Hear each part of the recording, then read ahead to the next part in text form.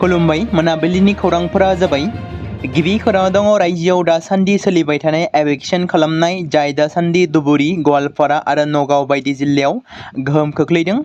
दायो बेनि उनाव जोंनि बिटिआरआवबो एभिक्सन खालामगोन नामा, जेराव बिटिआर ओनसोलाव माखासे जिल्लायाव थानाय माइनरिटि हारिनि सायाव होस्रांनाय हाबाफारि लामारगोन नामा, बेखौ लानानै गोबां सावरायजादों। थांनाय माखासे सान सिगाङाव बिपिएफनि सोद्रोमा दावराव देख्रेब नार्जारि बिथाङा सोरखारनिसिम माइनरिटि सुबुं थानाय ओनसोलाव एभिक्सन खालामनांगौनि थाखाय आर'ज बिलाइ गथायनायखौबो नुनो मोननाय जादोंमोन। बेराफारसेथिं बिटिआरआव एभिक्सन माब्लाबाबो जाहोनाय नङा होनना इउपिपिएल हानजानिफ्राय बुंदों। गुबुन जिल्लायाव एभिक्सन खालामनायखौ नुनानै माइनरिटि हारिनि सुबुंफोराबो गिखांनाय थासारि फैदों। नाथाय बे बिथिंखौ लानानै प्रमद बर' थासान्दियाव एभिक्सन खालामनाय जानाय नङा होनना फोरमायो इउपिपिएल हानजानिफ्राय। नैथि खौराङाव दङ मोनसे गोजोनथाव खौरां। थांनाय माखासे सप्ता सिगां एनडिबि थामहिनबा बारग' एनडिबिफ्रा उदां जानाय बायदिनो दिनैबो सा 36 बारग' एनडिबि केडार जाय एनआइए केस नांनानै थानाय दिनै क'क्राझार जिल्ला बिजिरसालिनिफ्राय बेल मोननायनि मिजिं दं एबा थांखि दं। दा बिथांमोननि जाहाथे बेलआ आबुं महर मोनो बेखौनो आसा खालामनाय थाबाय। जोंनि गेजेराव थाबैनो रन्जन दैमारि बिथाङाबो जाहाथे जोबथेसालिनिफ्राय उदां जानानै फैयो। थामथि खौराङाव दङ आसामनि नसुंसे रायजो अरुणाचल प्रदेशआव आसामनि सानै लाइमोन बुथारनायनि बेरेखायै लखिमपुर जिल्लायाव गोख्रों सोमावसारनाय जादों। जाथायखौ नोजोर लाखिनानै अरुणाचलनि गासैबो लामाफोरखौ थि सम गैयैसिम बन्द खालामनाय जादों। बे बाथ्राखौ मख'नो गोनांदि जाथाया जादोंमोन बिश्वनाथ जिल्लानि थागिबि शंकर फेगु मुंनि 29 बोसोर बैसोनि सासे लाइमोनखौ थांनाय 13 जुलाइ खालाराव अरुणाचलनि रयंआव इनायै गावथारदोंमोन। खौरां मोननाय बायदिब्ला रयंआव साख्रि मावग्रा शंकर फेगुआ सासे जायगायारि तादरबाई मुंनि सासे सुबुंजों गुलि गावजानायनि जाहोनाव शंकर फेगुखौ इटानगरनि गंसे हस्पिटालाव गोब्राब थासारियाव फाहामथाय होनो थिसननाय जादोंमोन। जोबथायाव गावनि गोब्राब जोखोमनि जाहोनाव जिउ गोमादोंमोन। बेनि सिगांबो जनाइनि डेकाफार्म मिसामोरा गामिनि लाइमोन प्रभास दले मुंनि सासे 22 बोसोर बैसोनि बिथांखौ लाइमोनखौबो 18 जुन खालाराव अरुणाचलनि इटानगर सिम्फु सोहोरनि ताइजन मुंनि सासे अरुणाचलनि सुबुङा हिंसायारि आदबजों बुथारदोंमोन। बे मोननै जाथायखौ लानानैनो दिनै अरुणाचल प्रदेश सीमायाव हेंथा दिन्थिफुंनाय जागायो। दिनै फुंनिफ्रायनो रयं आरो शान्तिपुरनि गेजेराव थांलाय फैलाय लामाखौ बन्द खालामनाय जादों। बे हेंथा दिन्थिफुंनाया गोबां अरुणाचलनि हानजानि मदद आरो दुलाराय थाइ आहम फरायसा आफाद, शान्तिपुर सार्डिया आरो गुबुन गुबुन जायगायारि आफादफोरजों जथायै हेंथा सोमावसारनाया जायो।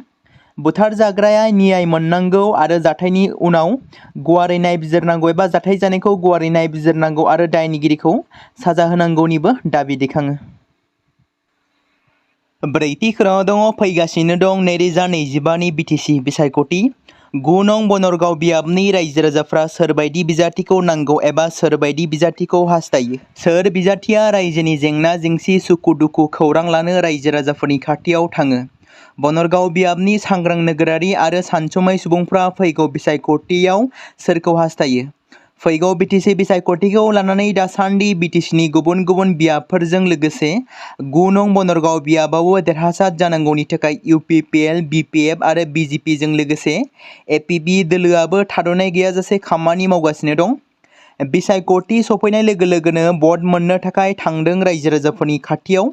बे समाव 9 नं बनरगाव बिटिसि बियाबनि माखासे सानसुमै सुबुंफोरा बनरगाव बियाब हिसाबै सोर सासे बिजाथिनि देरहानायखौ हास्थायो?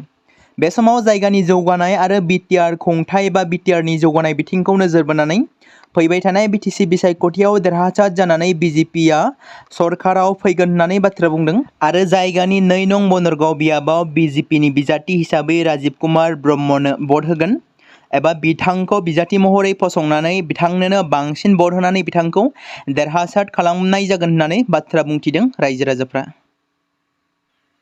बे समाव पीएम किसाननि मुलाम्फा मोनगिरिफोरनि थाखाय मोनसे गोनां खौरां फोसावनो लादों। नोंथाङाबो सासे पीएम किसाननि मुलाम्फागिरि नामा?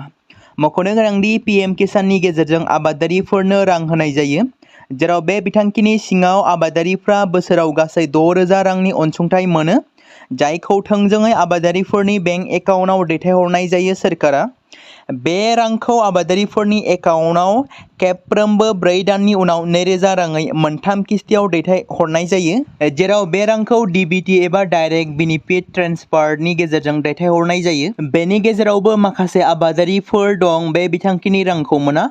जुदि नोंथाङा सरकारा होनाय नेमखान्थिफोरखौ फालिया, अब्ला नोंथाङा उननि किस्तिनिफ्राय जानगाराव थानांनो हागौ। PM किसानजों सोमोन्दो थानाय आबादारिफोर जाय EKYC खौ आबुं खालामाखै, बिसोरबो किस्तिनिफ्राय जानगाराव थानांनो हागौ। नेमफोरनि सायाव किस्तिखौ मोननो थाखाय EKYC आपडेट खालामना लानाया गोनांथार। बेनि थाखाय नोंथाङा PM किसाननि मावख'आरि वेबसाइटआव थांनानै नोंथांमोना OTP नि गेजेरजों आबुं खालामनानै लानो हागोन। जुदि नोंथांमोना बे मुलाम्फा मोनगिरि आबादारिफोरनि गेजेराव दं, जायनि हानि रेबगान्थिखौ दासिमबो फोरमान खालामनाय जायाखै, अब्ला नोंथांमोना फैगौ PM किसाननि किस्तिनि रांखौ मोननाय नङा एबा बेनि जानगाराव थानांगोन। नोंथांमोना जिल्ला आबाद मावख'आव थांनानै हानि रेबगान्थिफोर फोरमान खालामनायखौ फोजोबनानै लानो हागोन। जुदि नोंथांमोना फर्माव माबाफोर गोरोन्थि खालामदों, अब्ला नोंथांमोना किस्तिनिफ्राय जानगाराव थानांनो हागौ।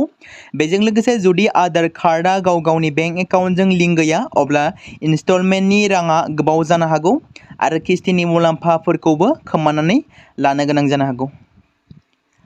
आयेन बेरेखा दंफां रोगाग्रा गंसे गारिखौ मैया मोनायाव जामुगुरि हाटआव लाखिना दोननाय समाव गामियारिफ्रा हमदोंमोन। अरुणाचल प्रदेशनिफ्राय आयेन बेरेखायै लाबोबाय थानाय दंफां लाबोग्रा AS32C3621 रेजिस्ट्रेशन नम्बर गोनां गंसे टाटा वारियर गारिखौ थांनाय मोनायाव जामुगुरि हाटनि आग्रिपामाव रायजोफोरा हमनो हादोंमोन आरो बेनि उनाव गामिनि सुबुंफोरा जाथाय जानाय जायगायाव सहैनाय जामुगुरि पुलिसनो खौरां हरो आरो आयेन बेरेखा दंफांजों लोगोसे गारिखौ पुलिसा थानासिम लानानै थाङो। बबेखानि पुलिस सहैनायनि सिगांनो गारिनि सालायगिरि आरो हेन्डीमेनआ जाथाय जायगानिफ्राय खारखोमा लाङो होनना मिथि मोन्दों। जामुगुरि पुलिसा जब्द खालामनाय गारिखौ आयेन बेरेखा दंफांजों लोगोसे हाग्रा बिफाननो गथायनानै होयो। हाग्रा बिफाननि सुलुङा फोरमायदि जब्द खालामनाय दंफांनि बेसेना गोबां लाख रां जागोन होनना फोरमायदों। मोनसे दुखुनांथाव खौरां। बलिउड सावथुन मुलुगनि फावखुंगुर, दिहुनगिरि आरो दिथागिरि मोनसे समनि धीराज कुमारआ 79 बोसोर बैसोआव रुंसारि जानानै थांबाय।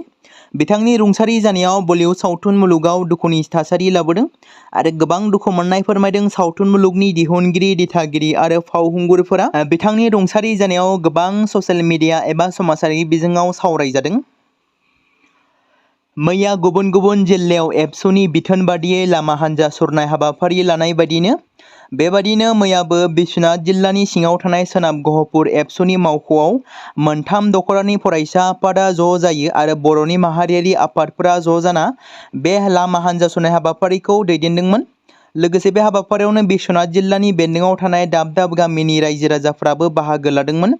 खमैबो 1000निबो बांसिन रायजोफोरा बाहागो लादोंमोन आरो बे हाबाफारिखौ लानायनि थांखियानो जाबाय बुहुमनि गासै बर'फोरखौ खौसे जानायनि थांखि एबा मिजिंजों बे हाबाफारिखौ लानाय जादोंमोन।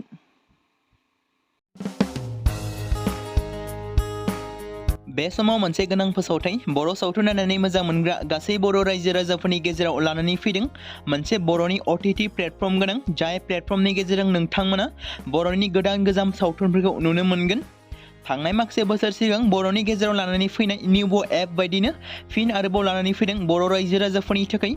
बे बाथ्राखौ मख'नाया गोनांदि 2025 मायथाइनि जानुवारि दानाव ओंखारनाय आंगो स्ट्रिम मुंनि मोनसे OTT प्लेटफर्म गोनां निउबो एपनि गेजेरजों नोंथांमोना गोबांथार बर'नि सावथुनफोर जेरै ट्रेजेडि, रमान्टिक, एक्सन आरो कमेडिजों बुंफबनाय सावथुनफोरखौ नुनो मोनगोन। जेरै सनानि नखर, थांखि गैयै समाज, अनसुला आफा, हिर', बिमा बायदि बाजै, अर, थैसाम, वान्टेड, संदान आरो रं नाम्बार बायदि सावथुनफोरा मख'जाथाव। बेफोर सावथुनफोरखौ नायनो थाखाय नोंथांमोना गिबियावनो आंगो स्ट्रिम एपखौ गावनि मबाइलाव थानाय प्ले स्ट'रनिफ्राय डाउनल'ड खालामनानै लोगोसे इनस्टल खालामनानै गावनि मबाइल नाम्बारजों लगइन खालामनानै लाग्रोनांगोन। बेनि उनाव नोंथांमोना गोबांथार नुनो मोनै सावथुनफोरखौ गुगोल पे, फन पे आरो पेटिएमजों रं नाम्बार सावथुनखौ नायनो थाखाय 60 रां आरो संदान सावथुनखौ नायनो थाखाय 80 रां, वान्टेड सावथुनखौ नायनो थाखाय 60 रां, थैसाम सावथुनखौ नायनो थाखाय 60 रां बेबादिनो गोबांथार नुनो मोनै सावथुनफोरखौ नायनो थाखाय सुबिदा खालामनानै होदों आंगो स्ट्रिम प्लेटफर्मा। फिन नोंथांमोननि गेजेराव फोरमायबावनो लादों बर' सावथुन नायनानै मोजां मोनग्रा गासै बर' रायजो राजाफोरनि गेजेराव लानानै फैदों मोनसे बर'नि OTT प्लेटफर्म गोनां जाय प्लेटफर्मनि गेजेरजों नोंथांमोना बर'नि नुनो मोनै सावथुनफोर जेराव गोदान गोजाम सावथुनफोरखौ नुनो मोनगोन। बे बाथ्राखौ मख'नाया गोनांदि 2025 मायथाइनि जानुवारि दानाव दिहुनजानाय आंगो स्ट्रीम मुंनि मोनसे OTT प्लेटफर्म गोनां एपनि गेजेरजों नोंथांमोना गोबांथार बर'नि ट्रेजेडी, रमान्टिक, एक्शन आरो कमेडीजों बुंफबनाय सावथुनफोरखौ नुनो मोनगोन। जेरै रं नाम्बार, संदान, वान्टेड, थैसाम, अर, बिमा बायदि बाजै, हिर', अनसुला आफा, थांखि गैयि समाज, सनानि नखर बायदि बायदि सावथुनफ्रा मख'जाथाव। बेफोर सावथुनफोरखौ नायनो थाखाय नोंथांमोना गिबियावनो आंगो स्ट्रीम एपखौ गावनि मबाइलाव थाखानाय प्ले स्ट'रनिफ्राय इनस्टल खालामनानै गावनि मबाइल नाम्बारजों लगइन खालामखांनायनि उनाव नोंथांमोना गोबांथार नुनो मोनै सावथुनफोरखौ गुगोल पे, फन पे आरो पेटिएमजों रं नाम्बार सावथुनखौ नायनो थाखाय 60 रां, संदान सावथुनखौ नायनो थाखाय 80 रां, वान्टेड सावथुनखौ नायनो थाखाय 60 रां, थैसाम सावथुनखौ नायनो थाखाय 60 रां, बेफोरबायदिनो अर सावथुनखौ नायनो थाखाय 60 रां पे खालामनांगोन। बेबायदिनो गोबांथार नुनो मोनै बर' सावथुनफोरखौ नायनो थाखाय सुबिदा खालामनानै होदों आंगो स्ट्रीम प्लेटफर्मआ।